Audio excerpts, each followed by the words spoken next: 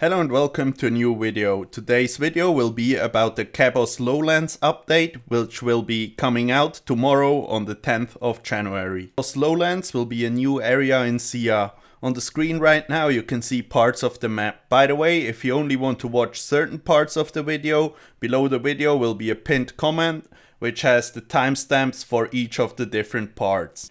The main parts of the update will be the farming guild, the new Slayer Master, the 3 new Slayer creatures, the new Slayer boss, the SIA achievement diary, aerial fishing, which is a hunter and fishing method combined, and 2 new quests. So I will go in detail about all these things now, starting with the farming guild. The farming guild will be separated in 3 tiers. So the first will be at level 45, the second at 65 and the third at level 85 farming. Each tier will have its individual stuff to do, so they are completely separated from each others. Boosts are allowed to enter. In the tier 1 of the farming guild, the useful stuff will be a seed shop, same as Draenor, a large compost bin. It's a compost bin that holds double the amount of compost, so you can make it faster. There will also be a cactus, an allotment, a flower and a bush patch. In the tier 2 of the farming guild there will be a herb and a tree patch, a hespori patch and an anima patch. So the hespori patch is a new special patch. It has a farming requirement of 65 and the seeds are untradeable and randomly found while harvesting other plants or by completing farming contracts. More on those contracts later on. Once grown, you can fight the boss. It's like a demi-boss, so probably quite easy.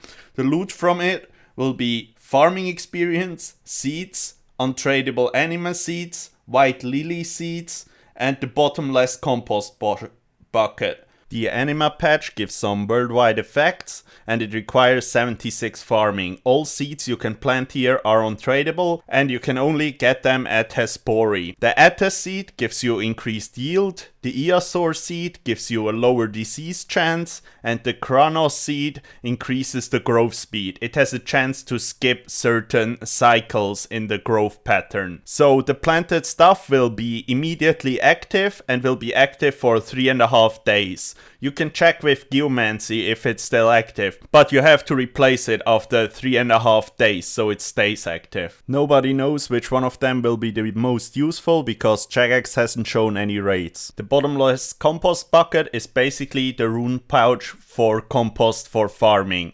So it's tradable when empty, you can fill it with regular, super or ultra compost. Each compost you use on it gives you 2 charges.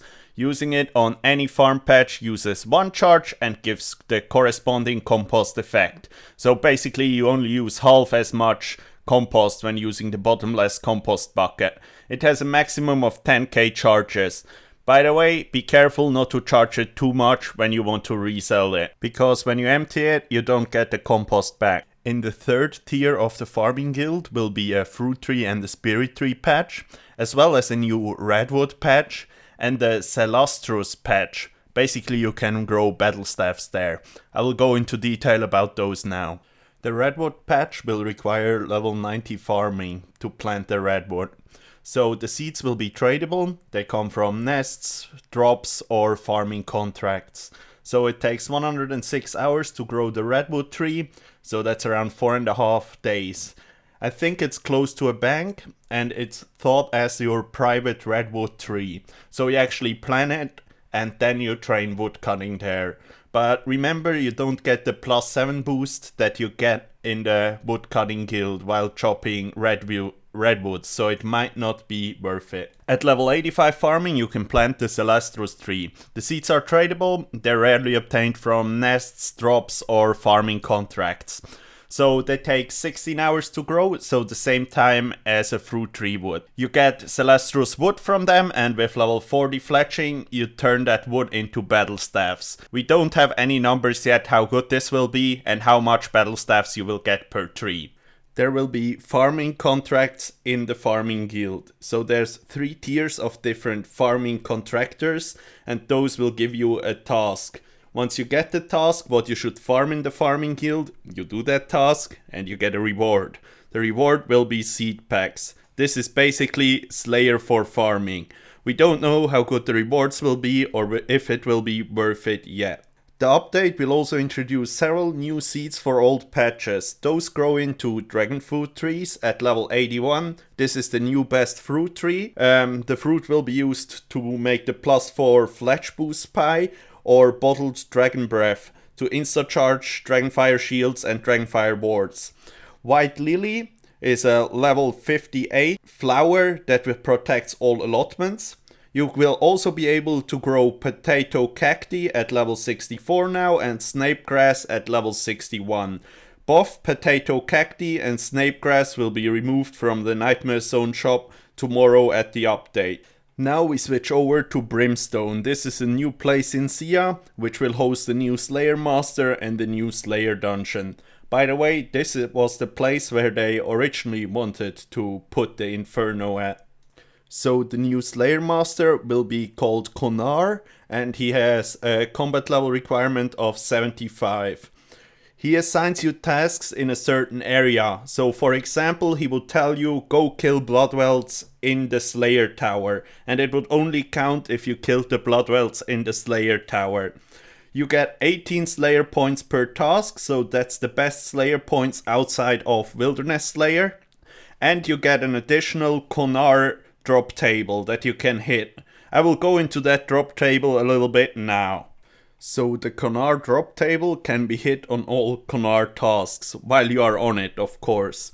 It will include generic loot and the new Dragon Hasta. So the Dragon Hasta seems quite useless. It has quite low stats, and it's worse than a dragon sword to fight against the dragon, for example. So, the special attack it has is kinda interesting, since it raises your next attack by a certain amount, depending on how much special attack energy you had left. For example, if you would use 100% special attack energy, it would give a 100% accuracy and a 50% damage boost on your next hit. Sadly, you can't switch weapons because that would then deny the special attack. My first idea was you could use it in PvP, special attack somebody with the Dragon Hasta and switch to a Darok's Axe and hit 150s, but I asked some J-mods and they said you can't switch weapons or the effect will be gone. Yeah, so I don't really see where the use in this weapon is. It might be best for a 60 attack build in Crush, but it gives only shared and defensive experience, so it's a low level Crush weapon. I don't think anybody will be happy when they get a Dragon Hasta. So there will be a new Slayer dungeon in the Volcano. It will be single way combat, cannons will be allowed everywhere apart from the boss room. You need to wear boots of stone, granite boots or boots of brimstone so you don't get damaged. You will be able to buy boots of stone at any Slayer Master for 200 GP. You need a Slayer level of 44 to equip them, which is also the Slayer level you need to defeat the lowest level creature in the dungeon.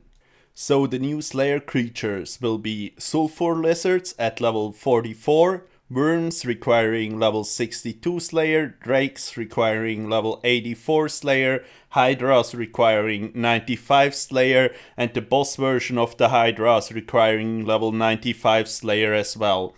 There's nothing really interesting to say about Sulfur Lizards.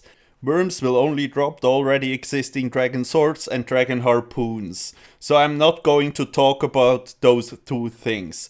By the way, the Dragon Harpoons and Dragon Swords are going to be removed from Raids 1 with this update. So let's talk about the Drakes. Drakes are level 84 Slayer creature that will drop 2 new boot upgrades. So those are Drakeclaw plus Boots of Stone. Those are the ones for 200 GP you can buy at any Slayer Master. Will create Boots of Brimstone. Draketooth and Holy Sandals will create Devout Boots. The Boots of Brimstone will be a hybrid boot with 3 attack in stab, 3 attack in magic and 5 attack in range. It also has some quite good defensive stats. But I don't see much use in the Boots of Brimstone outside of the Slayer dungeon, where you need to wear Boots of Stone, Boots of Brimstone or Granite Boots.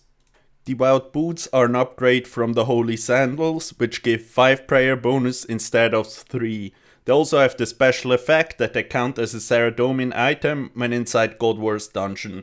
They also look quite good in my opinion.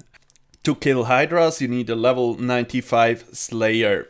There is a task only and a non-task area. They drop 3 ring pieces that combine into the Brimstone ring, and they drop the Hydra tail, which is an attachment for the D-Bone necklace and the Bone Crusher. The Brimstone ring has the same stats as if you would wear the 6 offensive rings all together. So it also has a special effect, but that seems quite useless. By the way, you cannot imbue this ring, so it won't be best in slot for max hits or best accuracy, but it will have some uses in places where you need to use a hybrid setup. Once you combine the Hydra tail with the Dragon Bone necklace and the Bone Crusher, you will get the Bone Crusher necklace. It has the same prayer bonus as the Dragon Bone necklace, and it also has the effect of the Bone Crusher. So I think the idea here is that you have it in your inventory and it's the same as a Bone Crusher, but when you get to low prayer on your Slayer task you can equip it, and after 9 seconds of being equipped it will restore your prayer points. The Alchemical Hydra is the boss version of the normal Hydras. It also requires a Slayer level of 95. It's only killable on Slayer tasks, and this task is only assigned by Konar. So if you want this task, go to Konar on the update. The drops are Ferocious Gloves, which will be the new best in slot melee gloves, and the Hydra Claw. The Hydra Claw plus the Semi-Hasta results in a Dragon Hunter Lance, which will be really strong against Dragon. As well as all the other Hydra uniques that you can get from the small Hydras too. The Ferocious Gloves are the new best in slot melee gloves with 16 attack in stab, slash and crush and 14 melee strength. They have -16 in magic attack and ranged, so they are clearly meant as melee only gloves. By the way, you need Dragon Slayer 2 to equip them, because once you get the drop, you first need to go to the Myths Guild to change them in a wearable form. You can change them back there again to sell them again. The Dragon Hunter lens will probably be the most valuable drop from this whole update, because it just rips through dragons. It has 85 stab accuracy and 70 melee strength, as well as the same speed as a whip. It also does 20% more damage against dragons, so 20% more accuracy and max hit. This is really strong. But against Warcath it will be still slightly worse than a Dragon Hunter crossbow according to my calculations. They might be wrong though. And melee Warcath is a lot more chill than range Warcath. So some people might switch over to this lens. I assume a price of around 100 mil in the end after some time. It will probably go for a lot of money on the first day though. Additionally to all their other drops, Worms, Drakes, Hydras and Alchemical Hydras will also drop the Dragon Knife.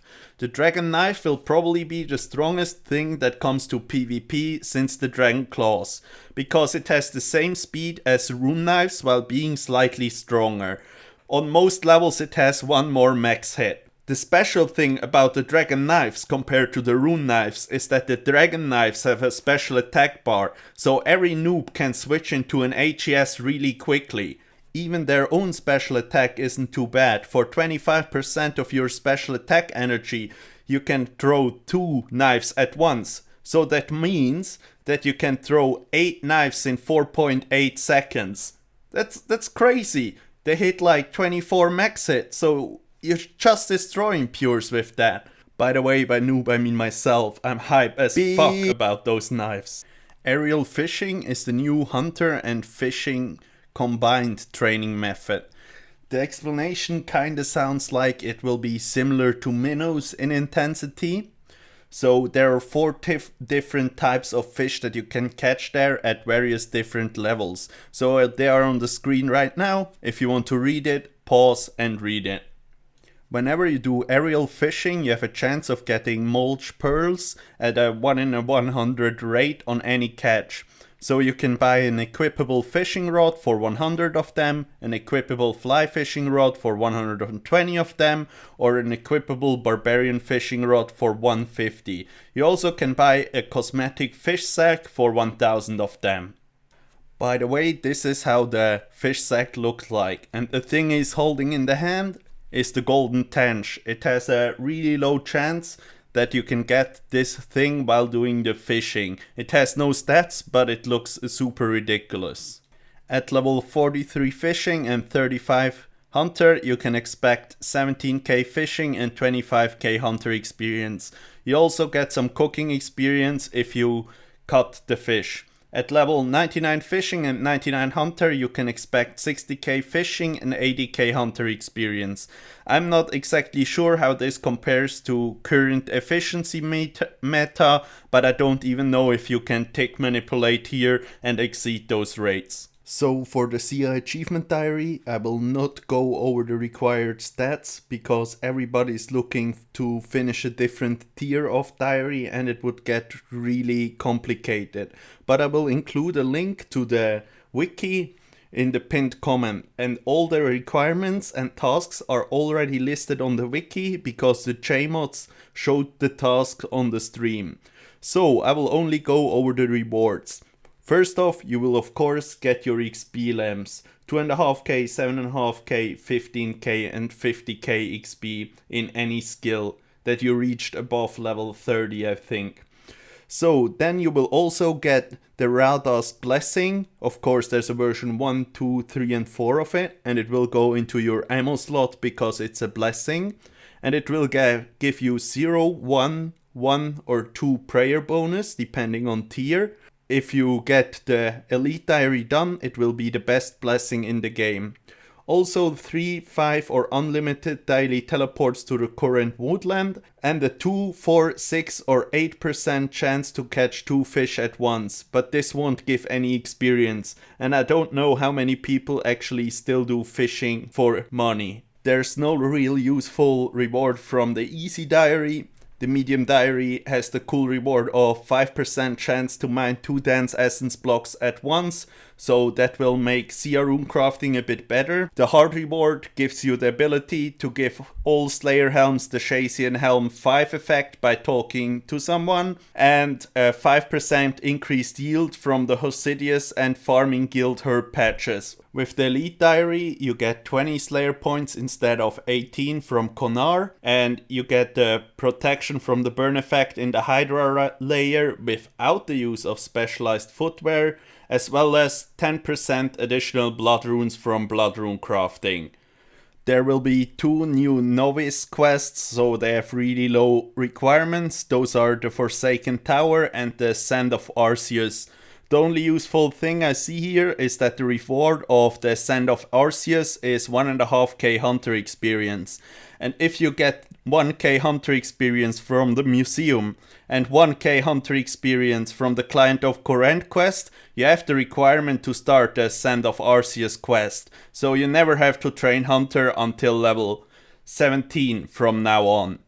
I spent nearly the whole day on this video and I don't even know if I like it. Please consider giving it a like. Thanks.